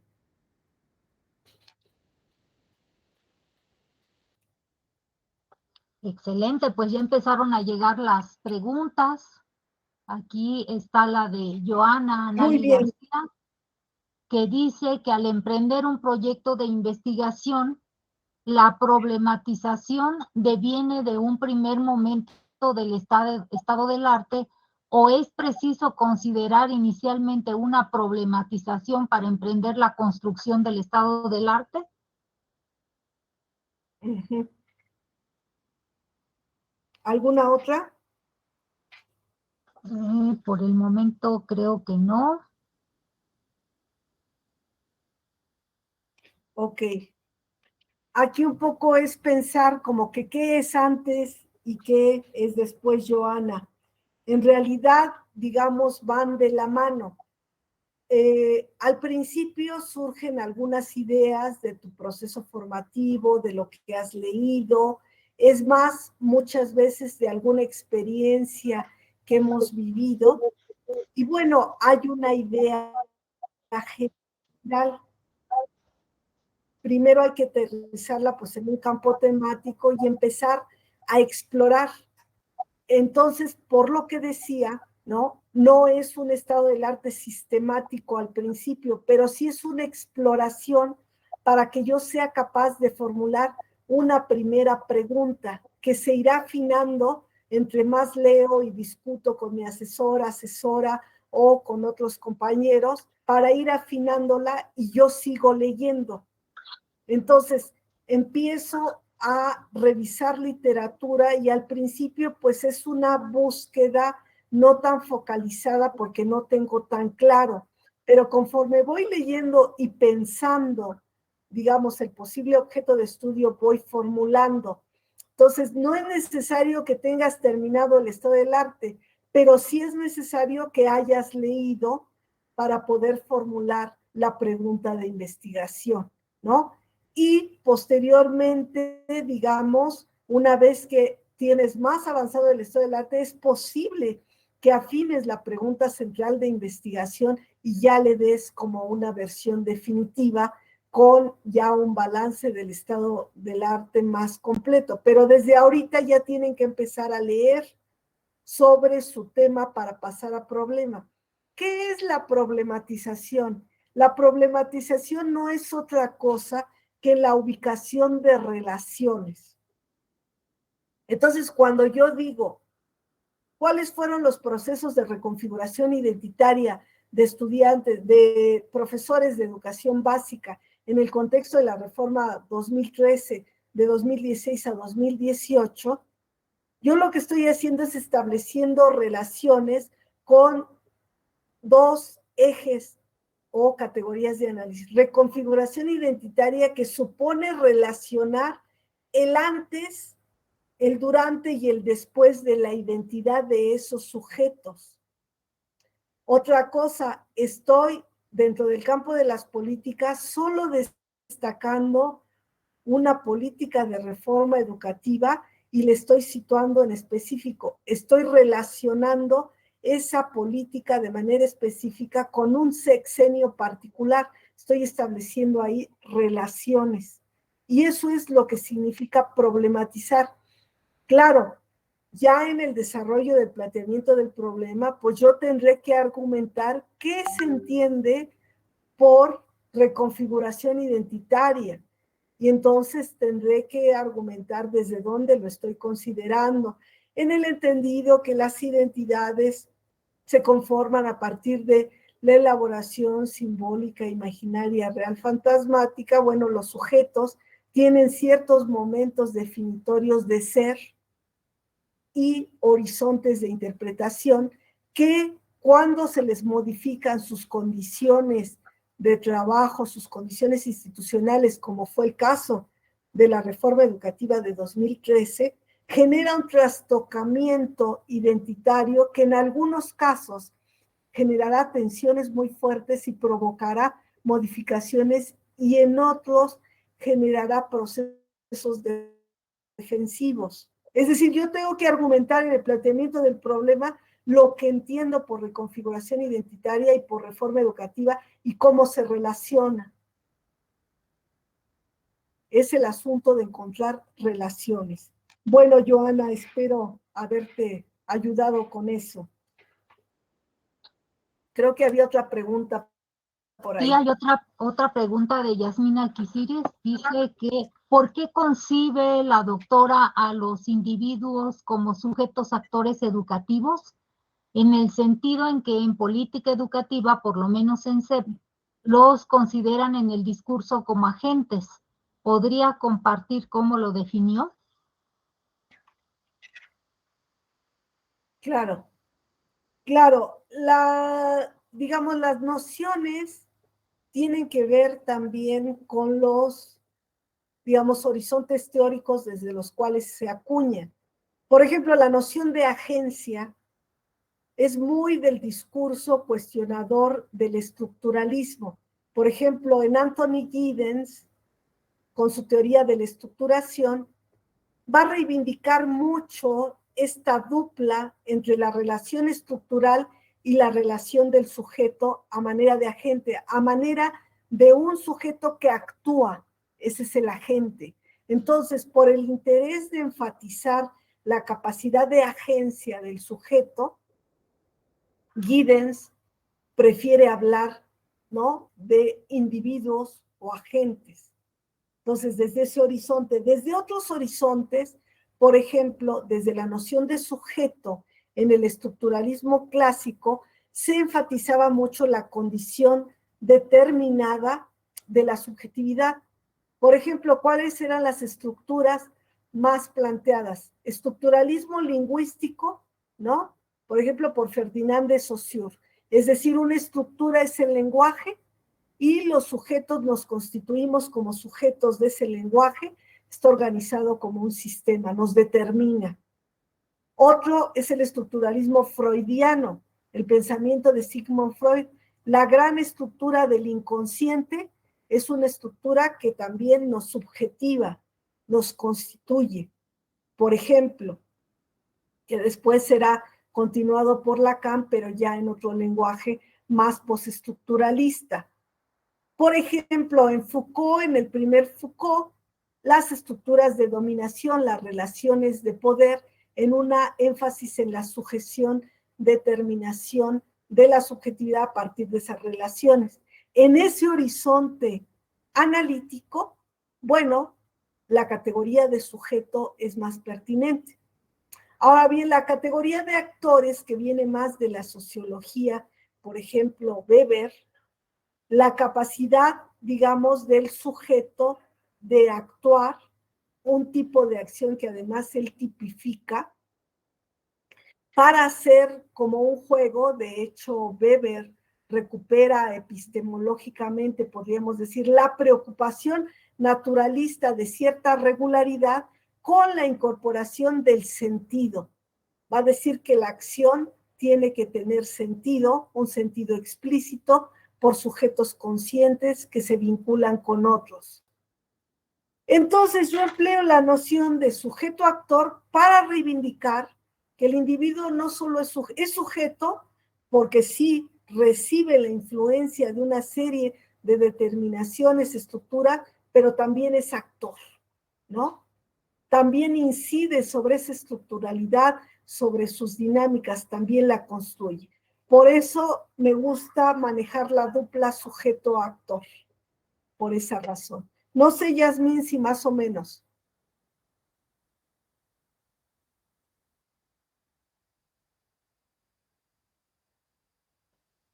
Ok, de nada.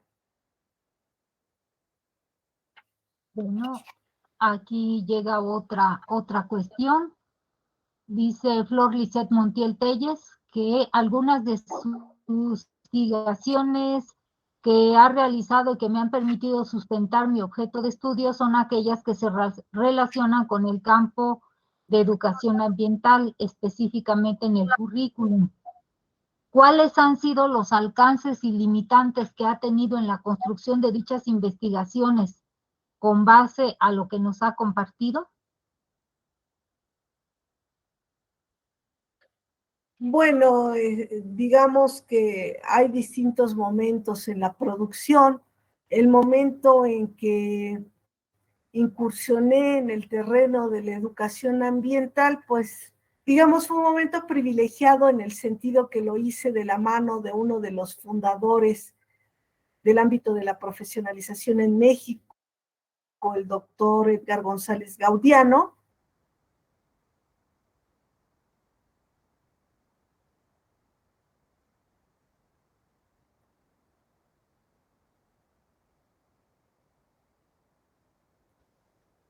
Bueno, perdimos el audio, a ver si en Y una bueno, de segunda. ahí tuve acceso a muchísima información. Si se está tratando de restablecer, creo que ya se está restableciendo, ¿no? Ya te escuchamos. Ok. Entonces decía yo que en ese momento la incursión fue muy fructífero. Del ámbito, digamos, teórico, bueno, me permitió formular esta perspectiva, enfoque de funcionamiento ideológico que después he llevado al terreno de las políticas educativas para problematizarlas con el foco de análisis, digamos, que se mantiene, que es el proceso identificatorio, y he tratado de sostener la elaboración teórico-conceptual al respecto, pero podríamos decir que las bases, la lectura fluida en ese periodo que incursioné en la educación ambiental, ciertamente, y que por el caso de la UPN Mexicali, que yo consideré, aparte de la de Guadalajara y la de Azcapotzalco, pero ya esas las toqué de manera muy periférica, bueno, me permitió, fue un ámbito de pensar mucho desde la noción que estaba yo construyendo al mismo tiempo de funcionamiento ideológico, porque efectivamente hubo un anclaje de los sujetos actores educativos de ese programa de educación ambiental de Mexicali muy fuerte en la institución, pero la institución entendida desde el análisis institucional de CAES y de ANSIE como un espacio para soñar y un espacio para vivir, para gozar, para sufrir, para desear, un espacio donde se ancla el deseo y se hacen elaboraciones simbólico-imaginarias de completud, como fue el caso de estos sujetos. Entonces, fue un caso privilegiado, que encontraste el caso ideal para poder movilizar, digamos, ir construyendo el cuerpo teórico, porque al mismo tiempo, y a lo mejor eso sería un elemento que también habría que anotar, al mismo tiempo que fui desarrollando el aparato conceptual, también estaba dialogando con los datos. Que eso es algo que les recomiendo cuando generen sus datos. Léanse una y otra vez las entrevistas o los datos que generen para que se familiaricen. Eso les va a ayudar mucho una vez que tengan ya también la perspectiva conceptual para que digan, aquí puedo hacer una conexión. Esta consideración que está haciendo mi entrevistado puede conectarse con esta categoría o con estos elementos analíticos. Entonces es muy importante leerse bien los datos, tenerlos ahí registrados, como para que uno los maneje, incluso conozca bien sus entrevistados, ubique las diferencias y pueda problematizar, analizar más ágilmente. Bueno, eso es lo que podría decir de la última inquietud formulada. Gracias, Silvia. Hay otra pregunta de José Luis Flores. Dice, ¿cómo abordar o posicionarse ontoepistemológicamente desde distintas disciplinas como la sociología, la filosofía, la antropología y o el psicoanálisis, por ejemplo, y mantener una coherencia interna en la construcción del objeto?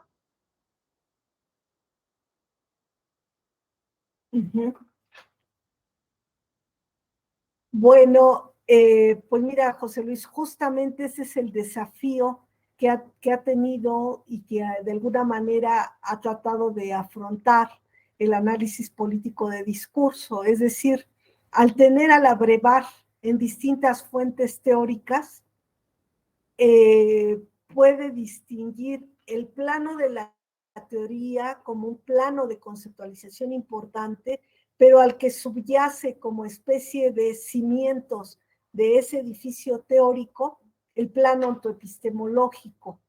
Y en ese sentido, digamos que lo que se ha propuesto es ese horizonte antiesencialista, que atravesaría cualquier apropiación de cualquier disciplina. Es decir, tendría yo que elegir dentro de las disciplinas que me mencionaste, sociología, antropología, el propio psicoanálisis, etcétera, una perspectiva que sea coherente con un horizonte antiesencialista o esencialista, según yo defina, para que haya coherencia con todo el constructo. Entonces, la manera como lo ha abordado el análisis político de discurso ha sido por la vía de posicionarse en un horizonte antiesencialista que atraviesa, digamos, que recupera todas las miradas, por ejemplo, el pensamiento derridiano, el pensamiento lacaniano, todos ellos moviéndose, aunque el lacaniano tendría cierto, se le ha calificado ciertos elementos esencialistas, pero en la recuperación que hace el análisis político de discurso trata de demarcarse, ¿no? Y entonces esa sería la posibilidad de coherencia, de ese intento de recuperar como distintas disciplinas, cuerpos teóricos provenientes de distintas disciplinas, a nivel del basamento del horizonte ontoepistémico. Bueno, habría que mantener solo la coherencia, ya sea esencialista o hacia el antiesencialismo. Eso es lo que podría plantear José Luis, no sé si más o menos.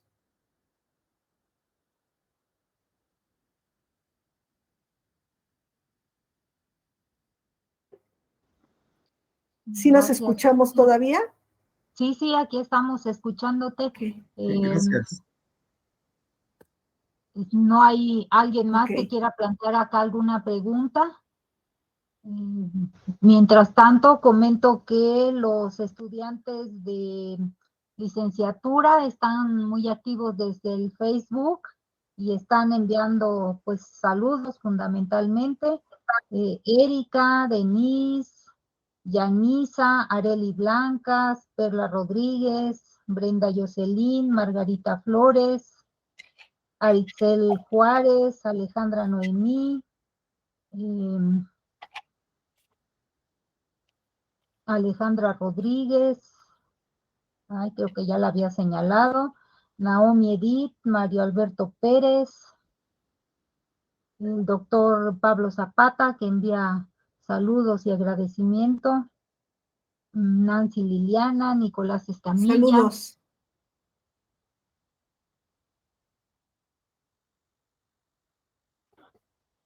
Aquí saludos, gracias.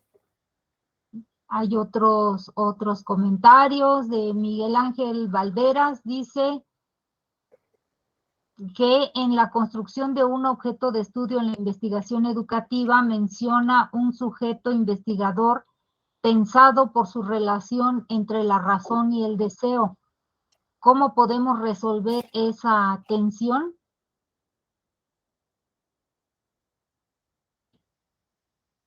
Y bueno, hay otro comentario. Perdón, leo este comentario. Dice, solo están las iniciales, CMR. Gracias por su conferencia. Como puede ver, las inquietudes vienen de los compañeros, las compañeras doctorantes. Es importante para que se perciba que esos problemas de formulación en otros espacios educativos. Perdón, Carlos Mejía. Gracias. Ok. Que es más comentario que pregunta, ¿no? Sí. Ok, sobre la preocupación creo que de Miguel, de la atención en la subjetividad entre la condición racional y deseante, pues es una tensión irresoluble. Digamos que en toda nuestra vida vamos a lidiar con ella. Y de hecho, en la investigación resulta que cuando anclamos nuestro deseo en el objeto de estudio, bueno, seguramente será una investigación apasionada, intensa, porque ahí movilizamos nuestro deseo, pero esta operación no es una operación consciente o no plenamente consciente, por lo tanto, digamos que volitivamente, es decir, no está dentro de nuestra voluntad programarla o hacerla efectiva, sino es un vínculo que se va tejiendo y que de manera racional nosotros podemos decir, sí, es que quiero estudiar este objeto de estudio, por ejemplo, la institución educativa de donde egresé, ¿no? Y explícitamente argumentamos una serie de cosas, qué sé yo, porque el plan de estudios me parece propositivo, pero en el currículum real tiene estas limitantes, qué sé yo. Y, digamos, la circulación del deseo puede de pronto encontrar espacio propicio en la revisión de esa problemática y, digo, en la elaboración que se hace, y de pronto el sujeto se ve con un impulso, con una posibilidad, o lo contrario, con un cierre, con un obturar, diría mi maestro Remedi, con un cierre, digamos, de posibilidades, porque hay algo que bloquea, no puedo avanzar con el objeto de estudio, no me puedo enfrentar a esto y esto, y sin embargo eso es lo que digo explícitamente. ¿Con qué se conecta esto a nivel psíquico? Bueno, es ahí una interrogación con la que siempre estamos jugando, ¿no? Y un poco para sintetizar lo dicho, es una tensión irresoluble. Nuestra condición deseante, como condición subjetiva, está atravesando nuestra subjetividad, nuestro devenir, querámoslo o no. Digamos, de los que consideramos que esta dimensión inconsciente efectivamente, esta gran hipótesis que formuló Freud y que fue continuada por discípulos y otros, efectivamente tiene un poder explicativo de quiénes somos, ¿no? Para explicar cosas a veces como lapsus. Un ejemplo que les ponía mucho, y ahí se acordarán quienes tomaron curso conmigo, de cuando la maestra de primaria está en reunión con los padres de familia, diciendo, bueno, es que a mí me gusta mucho impartir el sexo grato. Inmediatamente la maestra se sonroja, se detiene y dice, quise decir el sexto grado. La explicación del lapsus, por ejemplo, conectado con la dinámica psíquica, es una vieja categoría que nos propone Freud. Y aunque hay diversos cuestionamientos al psicoanálisis y demás, a mí me parece que sí permite un plano explicativo. Y por lo tanto considero que sí esta condición deseante de la subjetividad está operando todo el tiempo, ¿no? Y que a veces se presentifica con estos lapsos, olvidos, asociaciones, fobias, etcétera, dependiendo de nuestras historias y trayectorias personales. Todos, digamos, tendríamos un reservorio de lo reprimido, pero habría eventos más traumáticos y otros menos, o que lesionaron menos la subjetividad. Si la subjetividad fue más lesionada, más se atentó más contra ellas, seguramente los posibles evocaciones y bloqueos que se puedan producir serán mayores. Cuando no es el caso, simplemente operarán como elementos contingentes, pero no trascenderán más allá.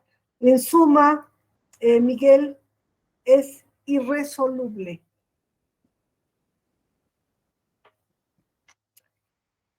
Muy bien. No sé si hubiera alguna otra interrogante. Gracias, Miguel. De nada. Pues no hay otro planteamiento.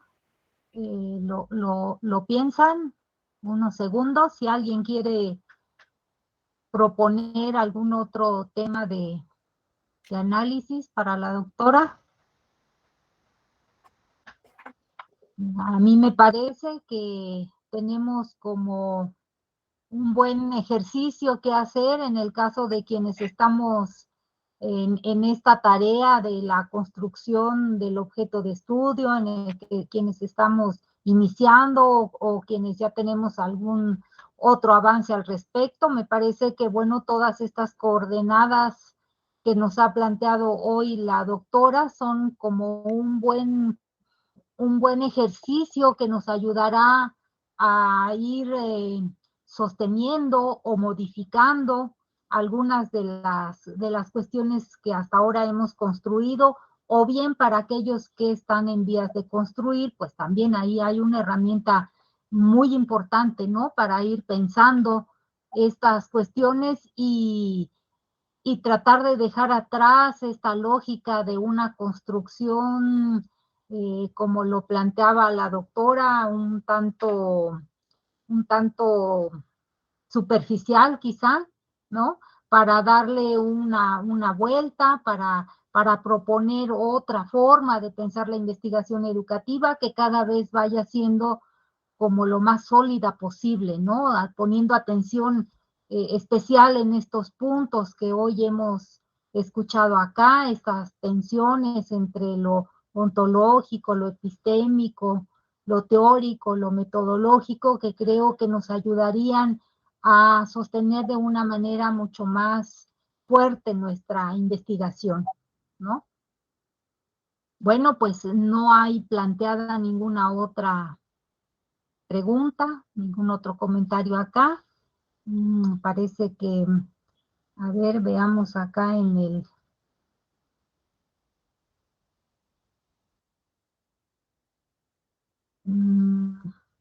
Bueno, Yanisa dice, una muy buena conferencia. Los que estamos en seminario de titulación nos es de gran ayuda.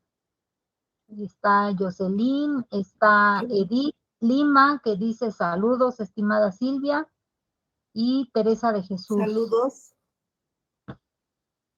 Son los comentarios que hay acá, y bueno, pues si no hay más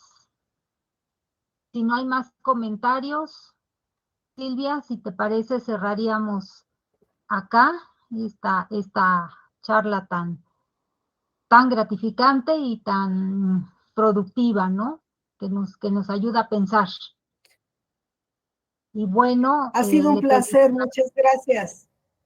Gracias a ti. Le pediría a Beli si nos hace favor de proyectar la constancia.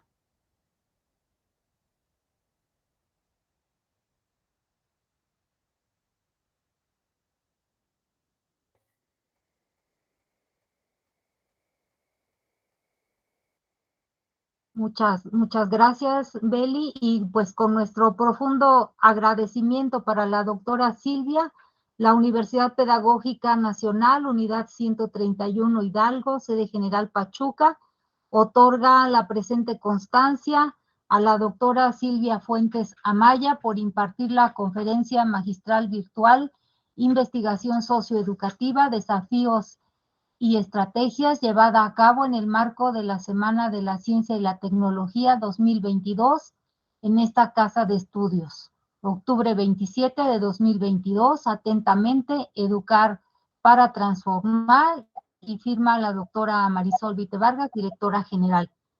Silvia, muchísimas gracias por compartir con nosotros, con esa generosidad que te caracteriza.